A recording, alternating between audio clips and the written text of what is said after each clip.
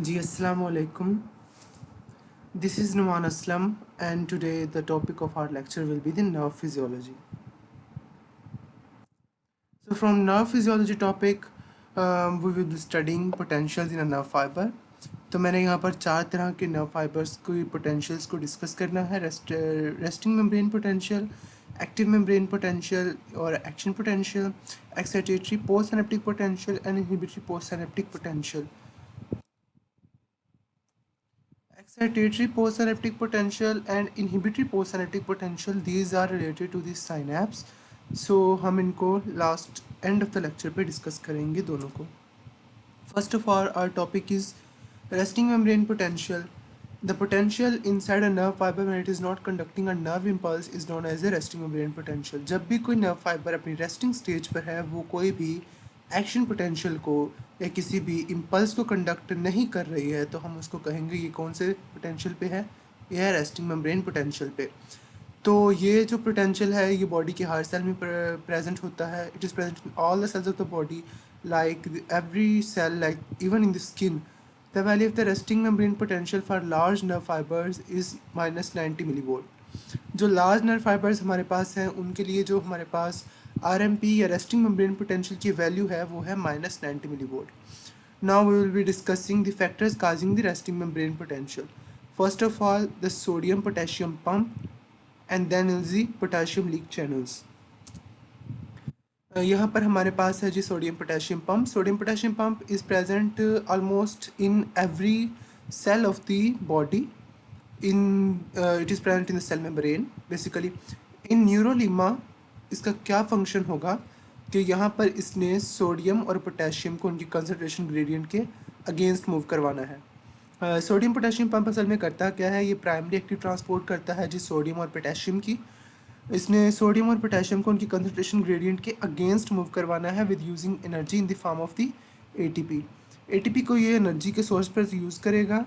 और ये जो पॉलीगोनल है ये है सोडियम आयन, और ये जो ओवल येलो है ये है पोटाशियम आयन.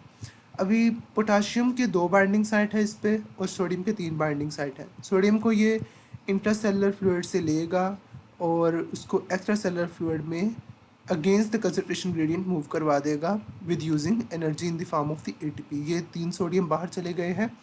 एक एटीपी के ज़रिए से 3 सोडियम को सेल से बाहर निकाला जाता है. ऑन द अदर हैंड कि जब ये इसकी बाइंडिंग डोमेन पर पोटाशियम बाइंड कर जाएंगे और जब यहाँ पर कॉन्फॉर्मेशनल चेंज होगी तब पोटाशियम जो है वो इनसाइड द सेल आ जाएगा. तो सोडियम की concentration outside the cell increase कर जाएगी और पोटाशियम की concentration inside the cell increase कर जाएगी, जो पहले से ही इंक्रीज़ थी. इसलिए हम कहते हैं कि इसने इनको इनकी कंसंट्रेशन ग्रेडियंट के अगेंस्ट मूव करवाया है. यहाँ पर पोटाशियम लीक चैनल्स को दिखाया गया है. Potassium leak channels randomly open करते हैं विदाउट एनी वोल्टेज लाइगेंड. ये इसमें से पोटाशियम जो मूव करता है वो इसकी कंसंट्रेशन ग्रेडियंट के अलॉन्ग मूव करता है. जैसे कि आप देख सकते हैं कि जो पोटाशियम है वो इंट्रासेलुलर फ्लूइड में ज़्यादा है तो वो एक्स्ट्रासेलुलर फ्लूइड में डिफ्यूज़ कर रहा है इन लीकी चैनल्स के ज़रिए से. अभी हम बात कर लेते हैं origin of resting membrane potential पे. तो वो कौन कौन सी चीज़ें हैं जो origin of resting membrane potential cause करती हैं. सबसे पहले हमारे पास आ जाता है contribution of sodium potassium diffusing potential. Potassium diffusing potential में जो हमारे पास नर्स पोटेंशियल आता है पोटाशियम की वजह से वो आता है -94 मिलीवोल्ट. -94 मिलीवोल्ट कैसे आएगा कि पोटाशियम जो है वो इंट्रासेलुलर फ्लूइड में ज़्यादा है, 140 मिली इक्विवेलेंट है, और जो एक्स्ट्रा सेलुलर फ्लूइड में है वो 4 मिली इक्विवेलेंट है. तो अगर हम इसका नर्स पोटेंशियल निकालेंगे तो वो आ जाएगा -94 millivolt. Now the contribution of the sodium diffusing through the membrane. तो सोडियम जो है उसकी माइनर डिफ्यूजन हो जाती है सोडियम पोटाशियम लीक चैनल्स के ज़रिए से. यहाँ पर लिखा हुआ है the Nernst potential for sodium is 61 millivolt but as the membrane is 100 time more permeable to potassium. हम लोग जानते हैं कि जो सेल की मेम्ब्रेन है उसमें जो लीकी चैनल ज़्यादा प्रेजेंट हैं वो पोटाशियम की हैं. तो सोडियम पोटाशियम चैनल्स की वजह से जो ज़्यादा सोडियम है वो बाहर नहीं जाता. तो इनको हम लोग कंबाइंड इफेक्ट निकालते हैं गोल्डमैन इक्वेशन से. गोल्डमैन इक्वेशन से जब इनका कंबाइंड इफेक्ट निकाला जाता है तो हमारे पास पोटेंशियल बन जाता है -86 मिलीवोल्ट. यहाँ पर मैंने दिखाया है इनकी कंसंट्रेशन किस तरीके से डिफ़र करती है. सोडियम की एक्स्ट्रासेलुलर फ्लूइड में ज़्यादा है, पोटाशियम की इंट्रासेलुलर फ्लूइड में ज़्यादा है, तो इनका कंबाइंड इफेक्ट -86 मिलीवोल्ट आता है। अभी हम लोग लास्ट फैक्टर की तरफ जाते हैं जो ओरिजिन काज करता है रेस्टिंग मेम्ब्रेन पोटेंशियल की, वो है contribution of this sodium potassium pump. अभी सोडियम पोटेशियम पंप क्या है, ये इलेक्ट्रोजेनिक इन नेचर है। इलेक्ट्रोजेनिक इन नेचर मैं आपको पिछले स्लाइड से दिखाता हूँ कि ये यहाँ पर हम लोगों ने बात की थी कि सोडियम 3 सोडियम बाहर जा रहे हैं, 2 पोटाशियम अंदर आ रहे हैं। तो जो पॉजिटिव चार्ज है वो एक्स्ट्रा बाहर जा रहा है, 3 बाहर जा रहे हैं सोडियम और उनके बदले में 2 पोटाशियम अंदर आ रहे हैं। तो जो पॉजिटिव चार्ज है वो एक्स्ट्रा बाहर जा रहा है, तो अंदर कौन सा हमारे पास चार्ज आ जाएगा, नेगेटिव। तो ये रेस्टिंग मेम्ब्रेन पोटेंशियल में नेगेटिव पोटेंशियल क्रिएट कर रहा है। हम लोग आगे देखते हैं कितना, -4 मिली वोल्ट का नेगेटिव पोटेंशियल इसने क्रिएट कर दिया है। अभी हम लोग नेक्स्ट टॉपिक की तरफ चलते हैं। तो इसका जो कंबाइंड इफेक्ट होगा वो होगा -90 मिली वोल्ट। हमारा जो नेक्स्ट टॉपिक है वो है active membrane potential. The potential in a nerve fibre when it is conducting a nerve impulse is known as the action potential और the active membrane potential.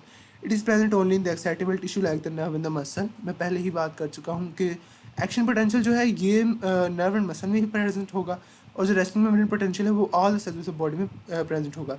The value of the AMP for large nerve fibre is +35 millivolt. जो active membrane potential की value है large nerve fibres के लिए वो है +35 milli volt, और जो स्मॉल नर्व फाइबर्स हैं या जिस तरह के हमारे पास CNS के न्यूरॉन्स हैं उनमें एक्शन पोटेंशियल 0 से एक्सीड नहीं करता, उनका जो एक्शन पोटेंशियल की वैल्यू है वो होती है 0 मिली वोल्ट।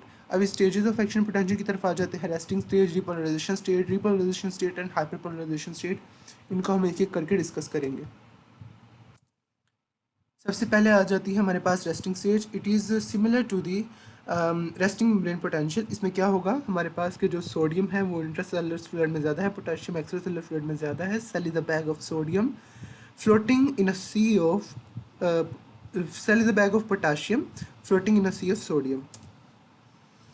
रिपोलराइजेशन स्टेट में क्या होगा, डिपोलराइजेशन स्टेट उसके बाद हमारे पास आ जाती है। डिपोलराइजेशन स्टेट में क्या होगा कि voltage gated sodium channels open करेंगे और जो सोडियम है वो इनवर्ड मूव करेगा। यहाँ पर हम लोग देख सकते हैं कि जैसे ही -90 से +35 मिली वोल्ट की तरफ वोल्टेज आया है तो सोडियम इनवर्ड मूव करना शुरू कर दिया है, और इनसाइड हमारे पास जो पोटेंशियल है वो पॉजिटिव होता जा रहा है, मतलब +35 होता जा रहा है। Inside the membrane become positive.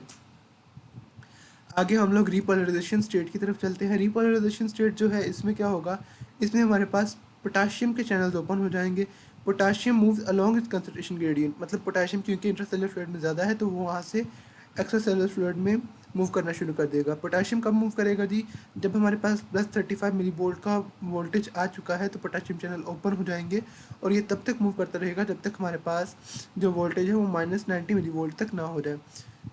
हाँ, at this stage voltage again move to the resting stage. देख लिया हमने कि वो जब तक -90 मिली वोल्ट नहीं हो रहा तब तक वो मूव करता रहेगा and it becomes negative again. ये एक एनिमेशन है शो टू डिपोलराइजेशन। ये जो सोडियम मूव कर रहा है साइटोसोल में, ये डिपोलराइजेशन काज कर रहा है। साइटोसोल मतलब इंट्रासेलुलर फ्लूइड, पोटाशियम मूव कर रहा है इंटरस्टिशियम में मतलब एक्स्ट्रासेलुलर फ्लूइड, तो ये डिपोलराइजेशन इसने काज कर दी है। This is the next animation showing the resting nerve fibre. आगे ये मैसेज अराइव किया है, गेट ओपन हुए हैं और आयंस की डिफ्यूजन हो रही है। Hyperpolarization state is not present in all nerve fibers. At this stage, the potential inside nerve fiber become more negative due to the excessive movement of either sodium and potassium and chloride ion. Potassium और chloride ion की movement, excessive movement की वजह से क्या होगा, जो हमारे पास gate है वो काफ़ी देर तक ओपन रहेगा, तो जो पोटाशियम है वो ICF से ECF में मूव करता रहेगा, और जो क्लोराइड चैनल्स हैं वो ओपन हो जाएंगे। तो क्लोराइड चैनल क्योंकि एक एनाइन है एक्स्ट्रासेलुलर फ्लूइड का, तो वो ECF से ICF में मूव करेगा। इस वजह से हमारे पास ज़्यादा नेगेटिविटी इनसाइड हो जाएगी, जिसको हम कह रहे हैं एक्सेसिव पोलराइजेशन और हाइपर पोलराइजेशन स्टेट। ये ग्राफ है जी AMP को शो करने के लिए। यहाँ हमारे पास रेस्टिंग स्टेज है, ये डिपोलराइजेशन स्टेट है। डिपोलराइजेशन स्टेट में हमारे पास क्या हो रहा है जी, जो हमारे पास सोडियम के चैनल्स हैं वो ओपन हो रहे हैं, ओवरशूट हो गया है। रिपोलराइजेशन में हमारे पास पोटाशियम के चैनल ओपन हो गए हैं। उसके बाद यहाँ पर हाइपरपोलराइजेशन शो नहीं किया गया, पर अगर हमारे पास हाइपरपोलराइजेशन स्टेट होती तो वो कैसे होती, मैं आपको ग्राफ से दिखा देता हूँ। लाइक दिस, ये थोड़ा सा नीचे आ जाएगी, कब ये हाइपरपोलराइजेशन स्टेट को शो कर रही है। Structure of synapse is very important for our next topic. इसका आपको नो हाउ होना चाहिए हमारे नेक्स्ट टॉपिक के लिए। तो साइनैप्स असल में क्या होती है? It is junctional, it is a functional junction between two excitable tissues. It may be either a nerve and a muscle और नर्व एंड अ नर्व। अगर हम नर्व और नर्व की बात करेंगे तो एक्सोनल टर्मिनल और एक एक्सोनल टर्मिनल के दरमियान जो सैनैप बनेगी उसको हम नर्व सैनैप या नॉर्मल सैनैप्स कहते हैं। इसमें क्या होगा? हमारे पास एक एक्सॉन टर्मिनल है, ये प्री सिनेप्टिक न्यूरॉन है, ये पोस्ट सिनेप्टिक न्यूरॉन है, सिनेप्स से पहले सिनेप्स के बाद। और जो हमारे पास सिनेप्टिक क्लेफ्ट है, ये ऐसा क्लेफ्ट है जहाँ पर हमारे सिनेप असल में होती है। तो सिनेप्टिक वेसिकल जो प्री सिनेप्टिक न्यूरॉन में होंगे माइटोकॉन्ड्रिया होगा, उसके बाद हमारे पास पोस्ट सिनेप्टिक न्यूरॉन पर रिसेप्टर प्रोटीन होगी। पोस्ट सिनेप्टिक न्यूरॉन ये दिखा दिया गया है। आगे चलते हैं। Excitatory postsynaptic potential is our third topic in today's lecture। तो इसमें क्या होता है? When a single stimulus is applied to a nerve, जब एक नर्व पर एक सिंगल स्टिमुलस अप्लाई किया जाता है, it produces a transient partial depolarization in the postsynaptic neuron. तो पोस्टसिनेप्टिक न्यूरॉन में क्या होगा? हमारे पास ट्रांजिएंट पार्शियल डिपोलराइजेशन होगी। It does not lead to the formation of propagated action potential. तो एक्शन पोटेंशियल असल में इसमें क्या होता है कि वो प्रोपगेट नहीं करता, वो एक लोकल ट्रांजिएंट डिपोलराइजेशन होती है। During this polarization potential the excitability of the neuron is increased and it is known as the excitatory postsynaptic potential। excitatory postsynaptic potential हमारा टॉपिक था। तो इसमें क्या था कि हमारे पास न्यूरॉन की सिर्फ एक्साइटेबिलिटी इंक्रीज हुई है, उसमें कोई प्रोपगेशन नहीं हुआ है नर्व इम्पल्स का। लेकिन अगर सबमिशन हो जाए ईपीएसपी की तो ये लीड करेगा थ्रेशहोल्ड एक्टिव पोटेंशियल को, और जो एक प्रोपगेटेड रिस्पॉन्स को काज करेगा। ये दिखाया गया है कि थ्रेशहोल्ड जब आपस में जुड़ जाएंगे तो एक प्रोपगेटेड एक्शन पोटेंशियल काज करेगा। ये यहाँ पर न्यूरॉन पर डिफरेंट पोजीशंस पर ईपीएसपी डिलीवर किया गया है। Arrival of the action potential in the axon terminal, opening of the calcium channels in the presynaptic membrane, influx of the calcium ion from the ECF into the axon terminal, opening of the vesicle and release to the acetylcholine। तो हमारे पास यहाँ पर जो neurotransmitter आ रहा है वो है acetylcholine. Acetylcholine synaptic cleft में आएगा। सिनेप्टिक क्लेफ्ट में वो आकर रिसेप्टर के साथ, रिसेप्टर प्रोटीन के साथ एक कॉम्प्लेक्स बना देगा। उस कॉम्प्लेक्स की वजह से क्या होगा? हमारे पास सोडियम चैनल ओपन हो जाएंगे। सोडियम ECF से मूव करेगा पोस्टसिनेप्टिक न्यूरॉन में। पोस्टसिनेप्टिक न्यूरॉन में मूव करने के बाद डेवलपमेंट ऑफ ईपीएसपी उसमें हो जाएगी। Our next topic is IPSP or inhibitory postsynaptic potential। Inhibitory postsynaptic potential is the electrical potential in the form of the hyperpolarization। मतलब इसने इनहिबिशन क्रॉस करवानी है और हाइपरपोलराइजेशन का बेस्ट मेथड है। वो क्यों? क्योंकि हाइपरपोलराइजेशन के बाद नर्व का डीपोलराइज होना देर से शुरू होता है। तो hyperpolarization is an active form that develops during the postsynaptic inhibition। During this stage, the presynaptic neuron releases neurotransmitter like GABA and dopamine।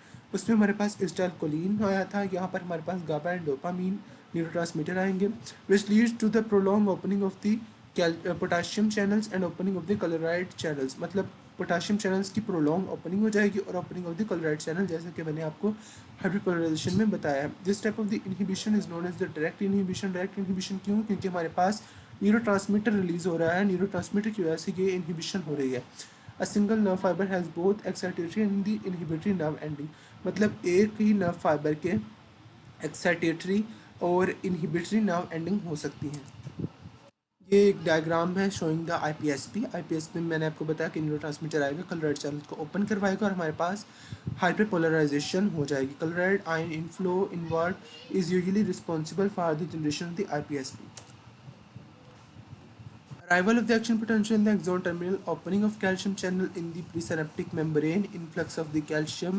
सब कुछ प्रीसिनेप्टिक न्यूरॉन में वैसा ही है जैसा कि ईपीएसपी में होगा, बस रिलीज क्या होगा हमारे पास? गाबा न्यूरोट्रांसमीटर। जो गाबा न्यूरोट्रांसमीटर है वो सिनेप्टिक क्लेफ्ट में आ जाएगा। सिनेप्टिक क्लेफ्ट में फॉर्मेशन बनाएगा जी रिसेप्टर कॉम्प्लेक्स के साथ, opening of the potassium channels and potassium efflux into the ECF and the opening of the chloride channel and influx of the chloride into the neuron। More negativity inside the postsynaptic neuron and the hyperpolarization or the IPSP। ये सब कुछ कहाँ हो रहा है जी? postsynaptic neuron में। Thank you ji, this was all for today। Thank you so much।